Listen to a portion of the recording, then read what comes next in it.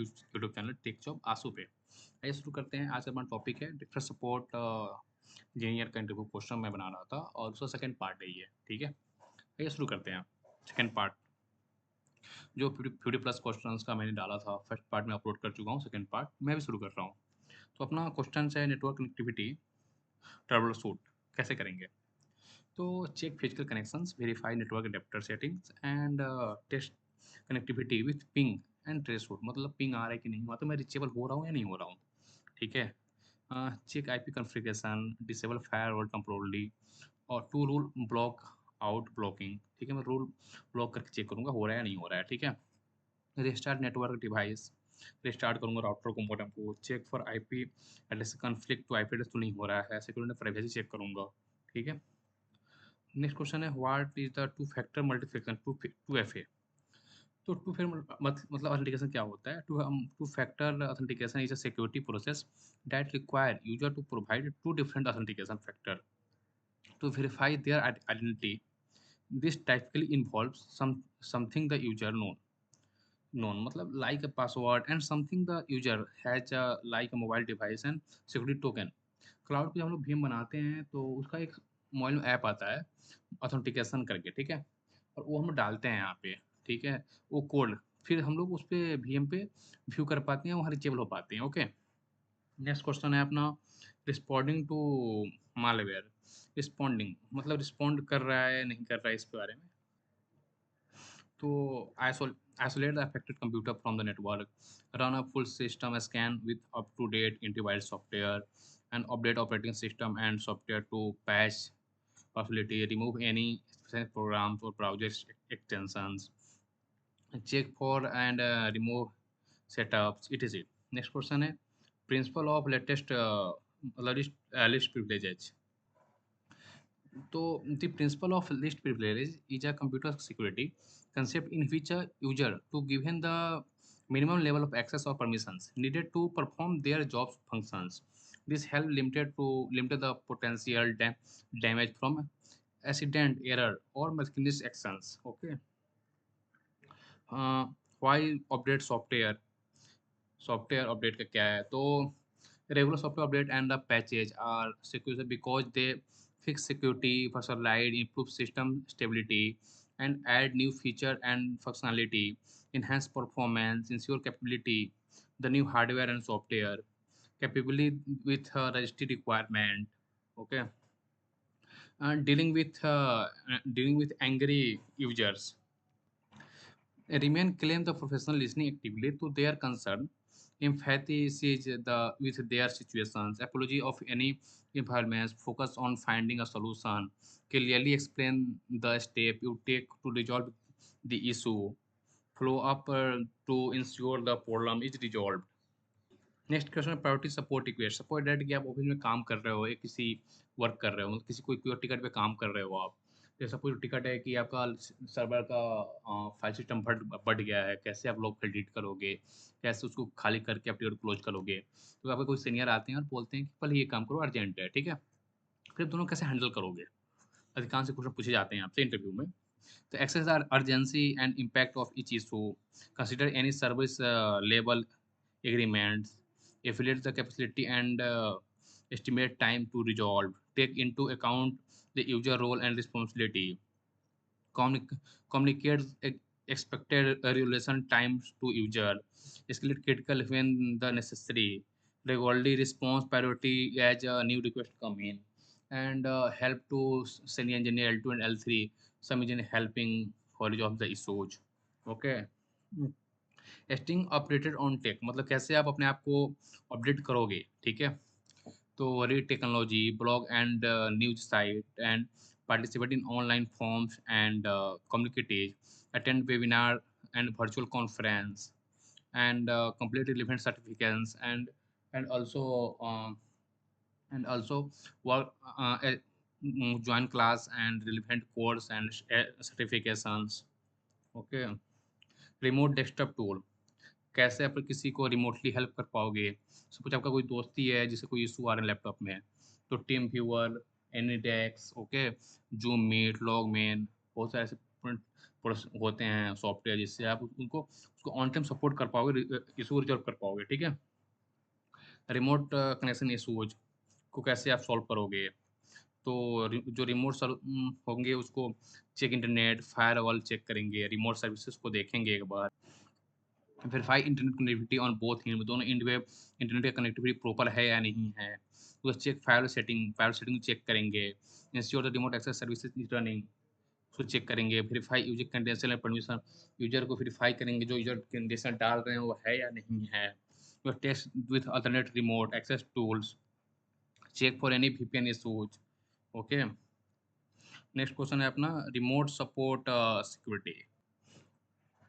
Use encrypted connection, implement multi-factor authentication, obtain user content before containing, limit access to only necessary resources, log all remote support session, disconnect promptly after the session, regularly update remote setting tool। ठीक है, ऐसे support करेंगे, ठीक है। Next है what is ticketing system. Ticketing system क्या है, ठीक है। तो a ticketing system is a software application used to manage and track user support request. It implement because it मतलब organize and or prioritize support request, trace the progress of issues, provide a centralized knowledge base, and facilitate communications between support staff and users। Okay, मतलब जो support staff जो engineer बैठे होंगे office में, जो users होंगे field में या फिर अपने घर से जो लॉगिन कर रहे होंगे, कर पा रहे हैं नहीं कर पा रहे हैं। Okay, and generate report of for performance analysis, ensure no support request are overlooked। ठीक है, मतलब टिकटिंग क्या होता है, जैसे एक टिकट टूल होता है एचपीएसएम, एचपीओमाई, जीरा, ऐसे मल्टीपल टिकट होते हैं, टिकट टूल होते हैं। ओके, इसमें क्या होता है, जैसे हम लोग कोई इशू आया मुझे, ठीक है, तो इंजीनियर को आप मेल करोगे आईडी में या फिर टिकट टूल पे भेजोगे, तो टिकट जनरेट कर देते हैं, मुझे इशू आ रहा है इसको रिजॉल्व कर दीजिए। जैसे उसको सर्वर है तो वो 10.10.10.5 कोई आईपी है जिसमें मुझे इशू आ रहे हैं, मैं उसको लॉगिन नहीं कर पा रहा हूँ या फिर मेरा यूज़र ब्लॉक बता रहा है, इसको रिज़ॉल्व करके देंगे। तो अगर आप उसको टिकट भी बहुत सारे टाइप्स होते हैं, जैसे एक होता है वार्निंग, ठीक है, नॉर्मल, एक होता है वार्निंग, उससे होता है मेजर, माइनर, फिर होता है क्रिटिकल। इसमें क्या होता है, जो वार्निंग जो नॉर्मल होते हैं उसमें बस अलर्ट आएँगे कि जैसे सपोज़ मान लीजिए आपका विंडोज़ या लाइनक्स का सर्वर है, उसका थ्रेशोल्ड वैल्यू 70 है, और उससे ऊपर जाएगा तो टिकट आएँगे क्रिटिकल में, ठीक है? तो जैसे 65 आएगा आपको नॉर्मल आ जाएगा, एक हिंट कि आपका ये सर्वर है उसको 70 से ऊपर जा मतलब 60 से ऊपर जा रहा है, ठीक है? फिर आएगा वार्निंग 65 से ऊपर गया, फिर आएगा आपको माइनर में होगा 66 से ऊपर है, फिर आएगा मेजर 68, फिर आएगा 70 थ्रेशोल्ड वैल्यू जो ब्रीच कर रहा है, जो उसके ऊपर मतलब उस पे यूज़र लॉगिन है, फिर फाइल सिस्टम वैल्यू ज़्यादा जा रहा है, तो उस पे वो फिर आ जाएगा कि आप इसको क्लोज़ ही कीजिए, ऐसे-ऐसे हो रहा है। फिर आपको उसको प्रायोरिटी बेस्ड हो जाएगा, जो क्रिटिकल में आएगा तो ओके। उसके होता है टूल्स फॉर नेटवर्क डायग्नोस्टिक। जब कोई नेटवर्क में जैसे राउटर, स्विच, मॉडेम कोई अगर रीचेबल नहीं आ रहा तो हम पहले पिंग करके चेक करेंगे, फिर ट्रेस रूट करेंगे, कहाँ तक पहुँच पा रहे, फिर एनएसएल को करके उसको फाइंड करेंगे। ये आईपीज़ का क्या हो सकता है, जैसे हम लोग सपोज़ कोई आपको जैसे पता ही है कि अपना जो लैपटॉप होता है वो मतलब ए टू जेड वो समझ नहीं पाता है वो, ठीक है? उसके लिए हम लोग बाइनरी में समझाते हैं, 1 टू 100 में उसको समझाते हैं क्या हम बोलना चाहते हैं, ओके? तो उसको हम लोग फिर एनएस लोगो करेंगे, जैसे asu.example.com कोई सर्वर है, उसका आईपी क्या है? तो एनएस लुकअप स्पेस वो डालेंगे, फिर वो फाइंड कर देगा ये asu.example जो जो सर्वर है, उसका आईपी है 10.10.10.15.1 ओके?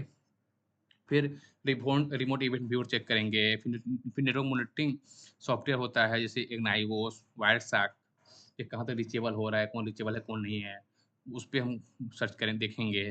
फिर remote access to network devices, switches, router etc, ठीक है? कंप्यूटर रनिंग स्लोली, कंप्यूटर का बहुत स्लो रन कर रहा है तो अब क्या करेंगे, ठीक है? तो उसके लिए उम ask to user for specific and when they started, मतलब बात करेंगे यूज़र से कि आप क्या इस पे यूज़ कर रहे हो जो इतना स्लो वर्क कर रहा है, ठीक है? फिर वो बताएगा, उस हिसाब से हम बस सीपीयू चेक करेंगे कि सीपीयू कितना ले रहा है, मेमोरी क्या है, डिस्क क्या है, फिर टास्क मैनेजर में जाके सब वहाँ दिख जाते हैं आपको, वहाँ चेक करेंगे, ठीक है? फिर scan for malware and virus check करेंगे, फिर check for available disk space, फिर review setup, program and services, okay? फिर check for and install system updated, और सिस्टम अपडेट है कि नहीं है, लास्ट अपडेट क्या है, ये मतलब पैचिंग है या प्रॉपर या नहीं है, consider hardware upgrades if necessary. Okay, next है multiple user with the same issues, ठीक है, मतलब मल्टीपल यूजर सेम इशू बता रहे हैं। Verify if the issues of is widespread of isolate, check for any recent changes for operated that might have cause the problem, invest potential network to server issues. मतलब जब सबके पास same issue आ रहे हैं, multiple user के पास, और एक के पास तो समझ में आता है कि उसके लैपटॉप इशू होंगे, लेकिन 2 4 5 मल्टीपल के पास आ रहे हैं, तो मतलब मोर मोर यूजर्स, यानी कहीं कहीं मेरी कनेक्टिविटी, कहीं मेरे सर्वर के नेटवर्क में कुछ भी इश्यूज हैं, इसलिए आ रहे हैं। Okay, conclude affected user to about the status, उसका स्टेटस क्या है, कैसे इफेक्ट हो रहा है। जैसे अभी आपको वो ब्लू स्क्रीन वाला आया था, तो सबकी स्क्रीन बिल्कुल लॉक हो गए थे, ब्लैक ब्लैक हो गए थे, ब्लू डंप आ गए थे, सब पे आए थे। तो इशू जो माइक्रोसॉफ्ट का खुद का था, विंडोज का इशू था। ऐसे ही implement a temporary मतलब workaround if possible, document the issue and relation for future reference। ठीक है, फिर है आपको नेक्स्ट क्वेश्चन है रिकवरिंग डिलीटेड फाइल्स। अगर कोई फाइल को डिलीट हो गया तो कैसे उसको रिकवर करोगे, ठीक है, उसको check the recycle bin and and use file recovery software if not in recycle bin. फिर restore from the most recent backup, आप रिस्टोर करोगे नहीं क्यों, बैकअप क्या है आपका। Check for previous versions of sort copy, ठीक है। इनफिकेशन cloud storage synchronize in application, आपका जो क्लाउड स्टोरेज उसके पास सिक्योनाइज है कि नहीं है, अप्लीकेबल है या नहीं है वहाँ पे, ठीक है। फिर advice on future backup strategy, document the incident and resolution. Okay, installing authorised software, ठीक है। तो हाँ हाँ, explain company policy and regarding software installation and understand the user needed to the request. Second, authorized alternative if available. Escalate to management if necessary. Document the request and response. Reduce the user on the risks of on-site software. Follow up to ensure the user needed are meet within policy guideline। ठीक है, मैंने यहाँ point लिख रखा है, आगे आगे आपको समझ में समझा ही रहा हूँ, ठीक है। फॉलो अप पॉलिसी मैंने यूज किया, सेकंड अल्टरनेटिव मैंने यूज किया अभी, ठीक है। नेक्स्ट है पासवर्ड नॉट वर्किंग।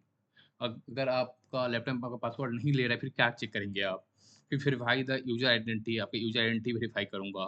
फिर चेक फॉर कैप्स लॉक और नंबर लॉक, मतलब कैप्स लॉक और नंबर लॉक ऑन या ऑफ तो नहीं है, जिसके चलते कैपिटल स्मॉल या फिर क्लिक नहीं हो रहा है, आपका डिजिट डल नहीं रहा है उस पर।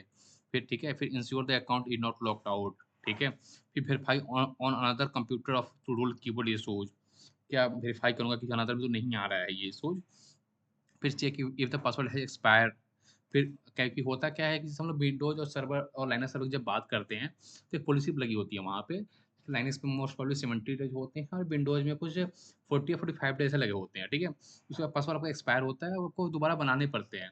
तो आप जो सर्वर लॉगिन नहीं बना पाओगे, उसका आप लोग को लैपटॉप को साइन आउट करके फिर साइन इन करना पड़ेगा। फिर वहाँ आपको बताने का ऑप्शन देगा, जब आप डालोगे तो बोलेगा क्रिएट न्यू पासवर्ड। ओके, ऐसा नॉर्मली होता है, लेकिन अगर ऐसा नहीं हो रहा है तो आप जो आपका के जो ऑफिस में या कंपनी में जो L2 इंजीनियर हैं, जिसका एक्सेस है आपका एडी का, एक्टिव डायरेक्टरी का, उससे हम रिक्वेस्ट करेंगे, मेल करेंगे, भैया ये कर दो, फिर करके दे देते हैं, ठीक है। फिर edit the user on password best practice, ठीक है। ऐसे बहुत जल्द जल्द वीडियो लेके आऊँगा MCSA पे, जिसपे बताऊँगा कि कैसे हम करते हैं, ठीक है। आइए नेक्स्ट क्वेश्चन है what is virtualisation and what are the its benefit of virtualisation. Virtualization is a process of creating a virtual rather than actual version of something such as an operating system, a server, a storage device, or network resources. Benefit including improved hardware utilization, easier server management and deployment, enhanced data recovery and capabilities, reduce energy computation, simplified testing and development environment, improve scalability, cost saving on hardware and maintenance.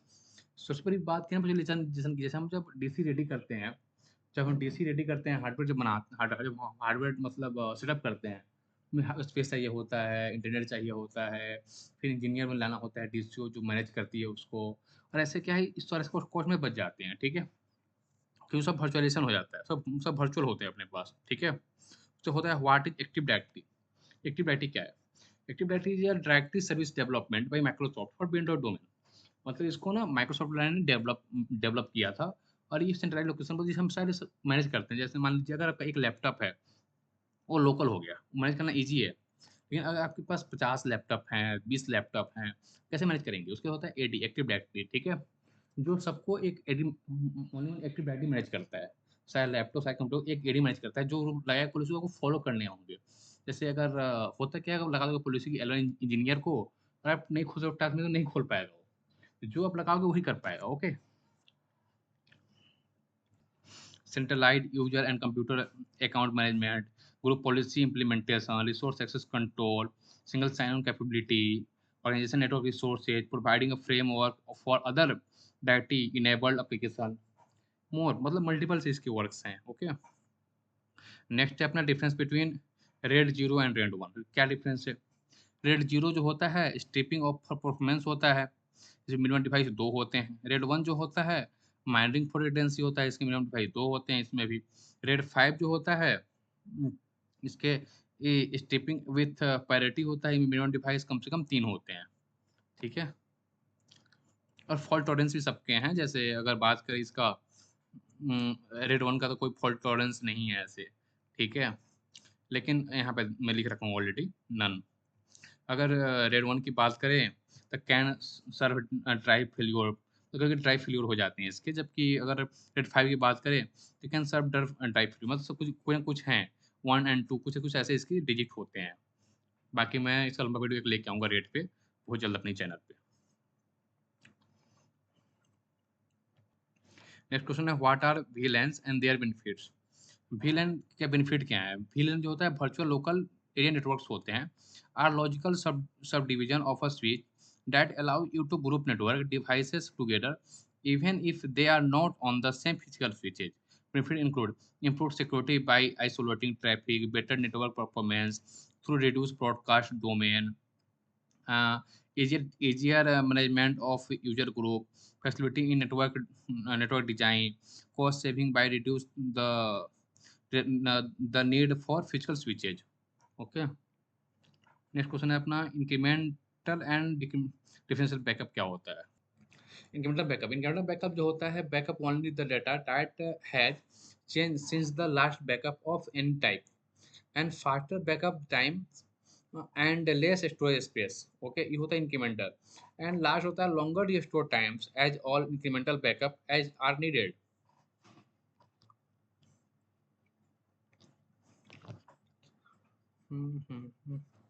Integrated backup की बात करें तो backup of all data that has changed since the last full backup, slower backup times and more storage space than incremental, faster restore times as only the full and latest differentials are needed.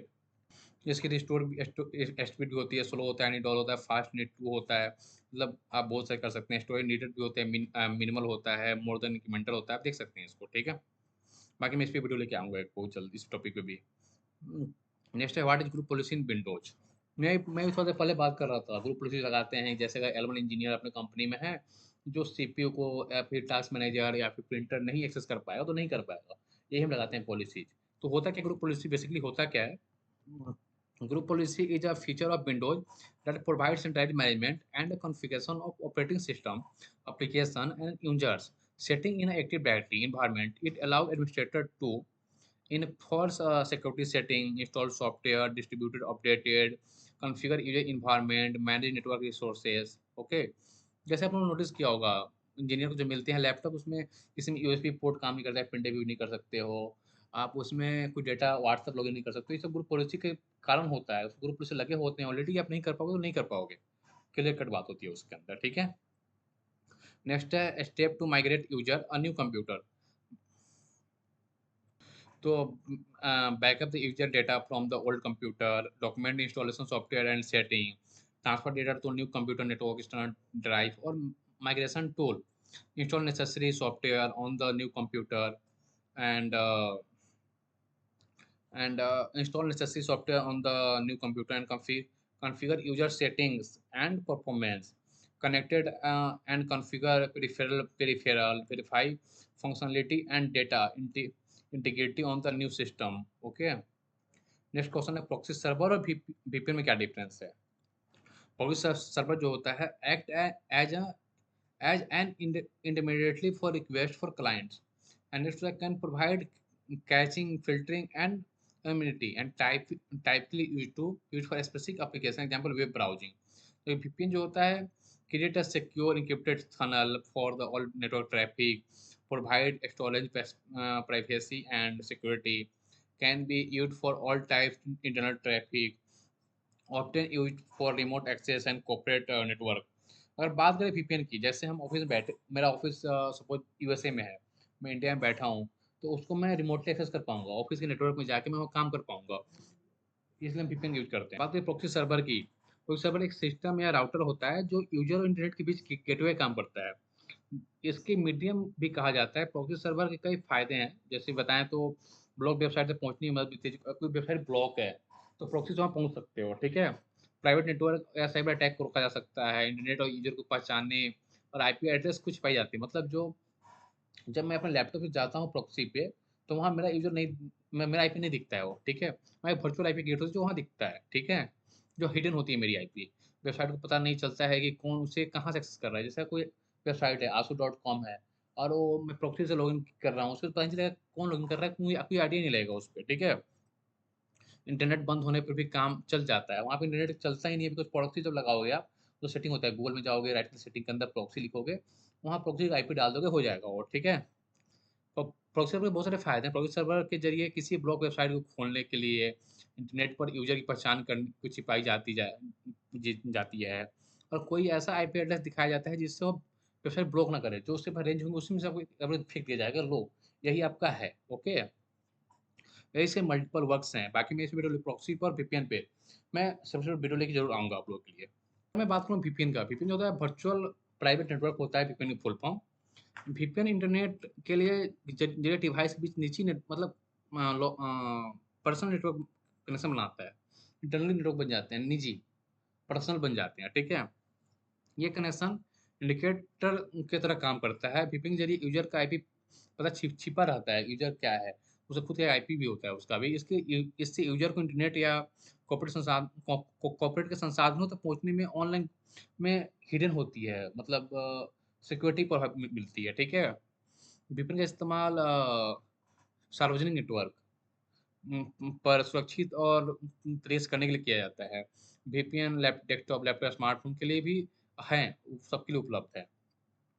यह एक ऐसी internet का उपयोग की जाने वाली सेवा है जो आपको डाटा को लीक होने से बचाता है, और आपको ऑनलाइन और की तरह हिडन प्रदान करती है, ये मतलब देती है आपको। नेक्स्ट क्वेश्चन है stating claim under under pressure.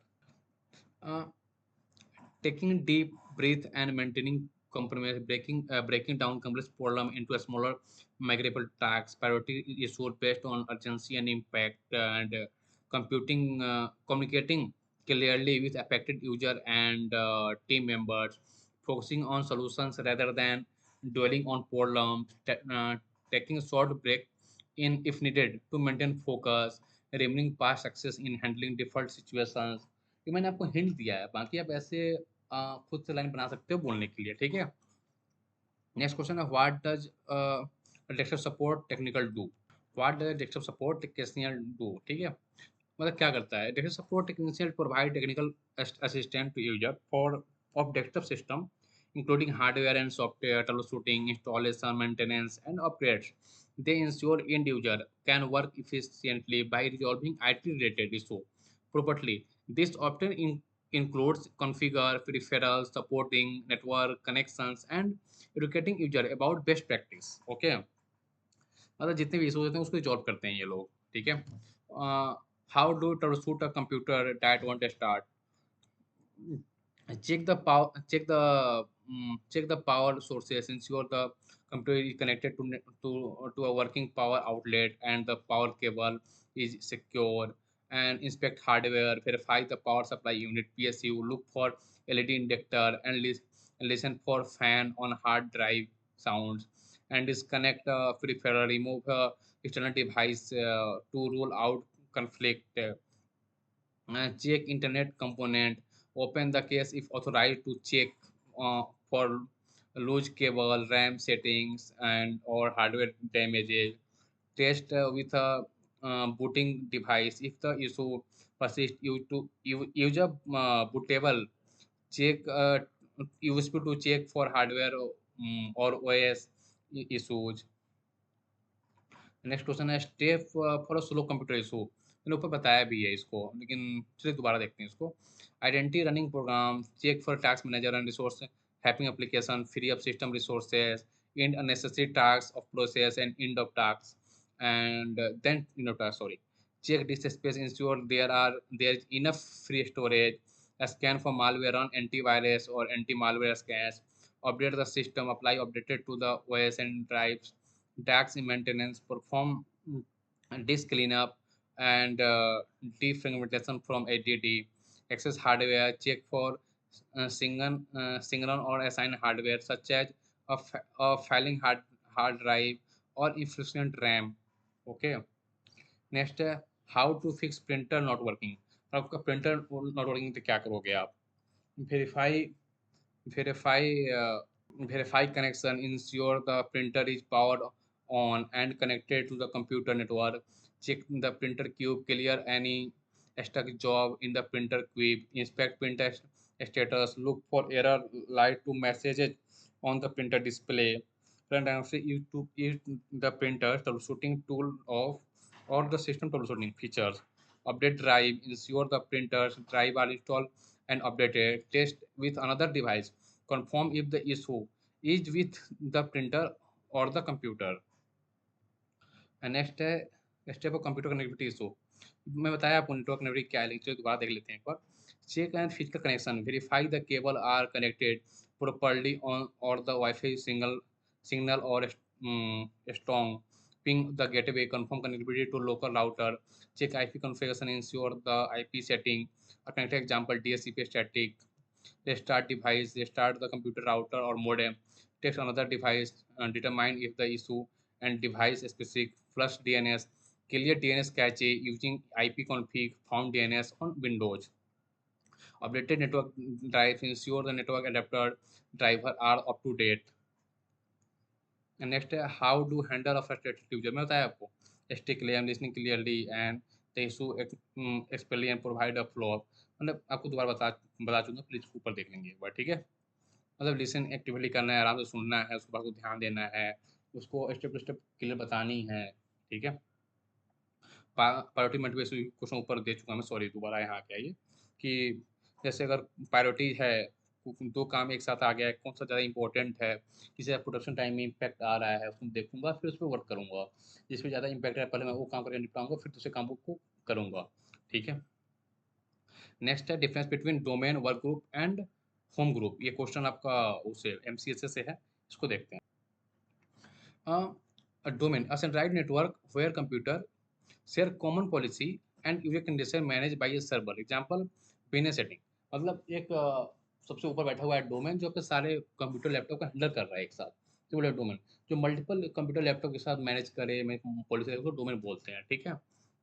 बात करें work group, a decentralized network where the each computer manage its own policy and condition typically used in a small network। जो सेंट्रलाइज लोकेशन पे नहीं होता है, जो मेरा एक लैपटॉप होता है, छोटा नेटवर्क होता है, 2 4 5 लैपटॉप में रखा हूँ, उसको मैनेज कर रहा हूँ, वो वर्क डोमेन में नहीं है, उसको हम अपने इंड से मैनेज कर रहा हूँ, उसको बोलते हैं वर्क ग्रुप।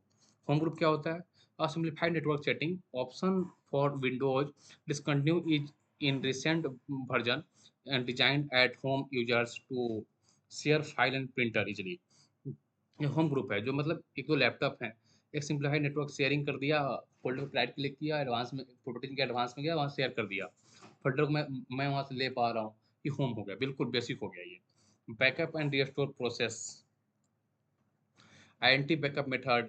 पहले तो होता है identity critical data, determine which file और folder needed backup, choose backup method, use external storage cloud services और backup software, perform the backup, copy file manually or use automated tools like Windows Backup. Verify the backup, ensure the file were successfully backed up to backup and are enable. Restore data in case of recovery. Copy file from the backup of the required location or use a store software. Okay. Next है common tool use. Common tool remote के लिए, ठीक है। Remote desktop tool जो होता है TeamViewer and desk, Windows remote assistance, transfer tool, event viewer, task manager and resource monitor. Disk utility, CHK DSK एक soft tool होता है। डिफरेंटल और third party tools like crystal ding, disk info etc. Network tool ping, traceroute and workshop, and system utility, system restore, safe mode and drive manager. Thank you so much. यही आज का अपना second part है tech support engineer के। मुझे उम्मीद है कि जो 50 क्वेश्चन मैंने कराया 50+, इसमें से most probably 30 to 40 question around आपसे पूछे जाएंगे इंटरव्यू में, टेक्निकल राउंड और HR राउंड लेके। कुछ क्वेश्चन ऐसे जैसे यूजर अगर हैंग्री है, गुस्सा है, तो क्या मैनेज करेंगे, तो ये सब क्वेश्चन HR राउंड को होते हैं, लेकिन पूछे ही जाएंगे आपसे। ठीक है, ऐसे ही मिलते रहेंगे आपके साथ नए नए वीडियो लेके। Thank you so much. मिलते हैं फिर किसी नए वीडियो में आपके साथ। Bye bye and have a nice day.